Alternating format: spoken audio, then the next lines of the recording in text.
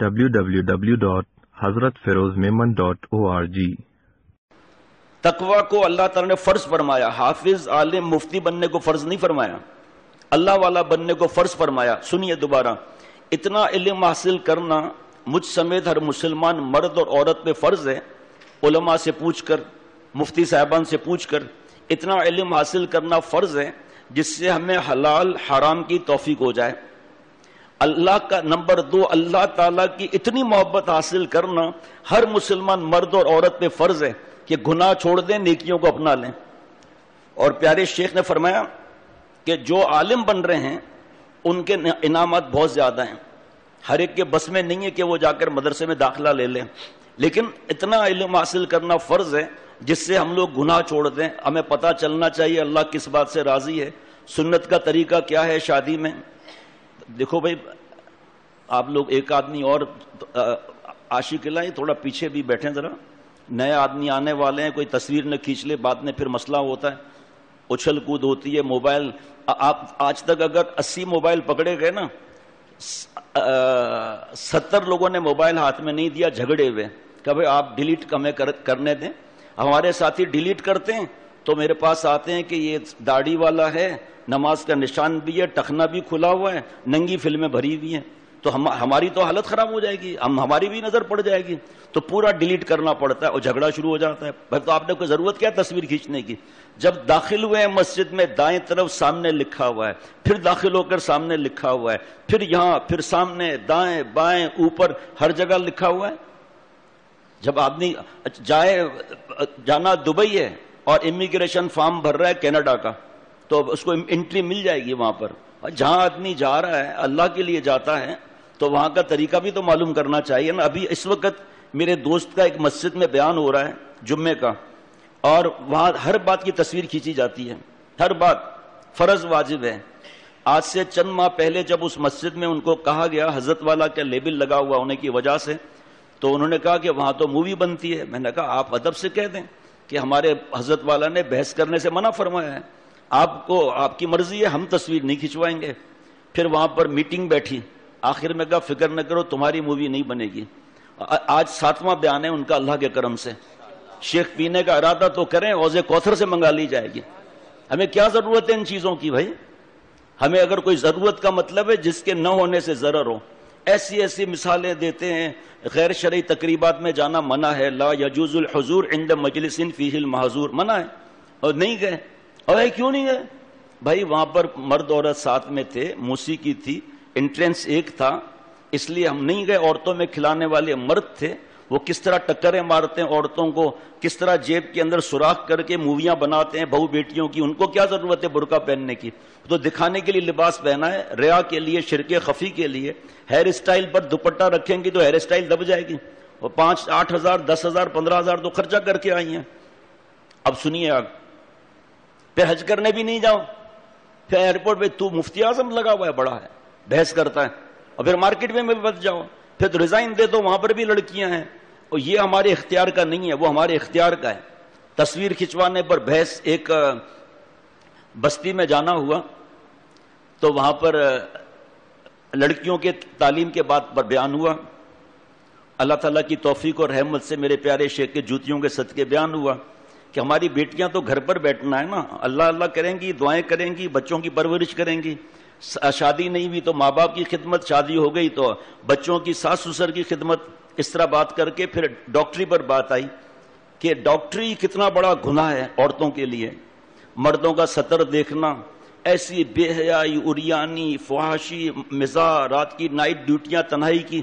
یہاں ڈاکٹر صاحب موجود ہیں جنہوں نے مجھے بتایا کہ اب تو بڑے بڑے پروجیکٹر لگے ہوئے ہیں، اس میں شرم کی تصویریں ہوتی ہیں، تو پروجیکٹر پہ لگے سب گندی مذاقیں کر رہے ہیں، پروفیسر صاحب بھی، لڑکیاں بھی، حیا کا جنازہ نکل رہا ہے۔ پھر ہم جو ہے وہ جو صاحب خانہ تھے گھر میں آئے، ہم آ کر بیٹھے تو میرے برابر میں آ کے بوڑھے بیٹھے اور کہا کہ دیکھیں بہت سی عورتیں چاہتی ہیں کہ عورتوں سے یہ علاج کرائیں، جب عورتیں ڈاکٹرنی نہیں بنیں گی تو ان عورتوں کو کون دیکھے گا؟ میں نے کہا بابا جی اس وقت جتنی عورتیں ڈاکٹرنیاں ہیں نا، اور پتہ نہیں کتنی بن رہی ہیں، کافی ہے۔ ہمیں تو ہمارا فرض ہے، اللہ ہمیں مہربانی کر کے، اللہ مہربانی فرما کر ہمیں سمجھ دے رہے ہیں، تو ہمیں کیا تکلیف ہے کہ اپنی بہو بیٹیوں کو جا کے نام محرم مردوں کے بھیڑیوں کے سامنے ڈال دیں؟ جن کو عقل نہیں ہے وہ تو بن رہی ہیں نا.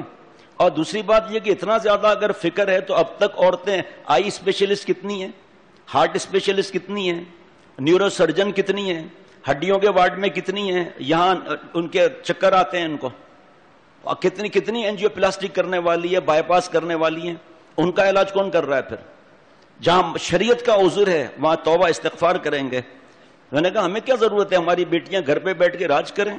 سنیں انہوں نے کیا جواب دیا.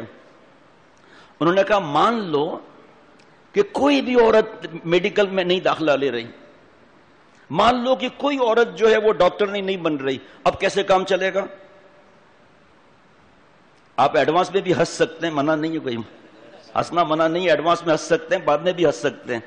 حضرت والا نے جواب سکھایا ہوا تھا کہ مان لو کہ کوئی بھی لیڈی ڈاکٹر نہیں بنتی، پھر ان عورتوں کا علاج کیسے ہوگا؟ میں نے کہا بابا جی جب یہ وقت آئے تو ہم سے پوچھ لیجئے گا.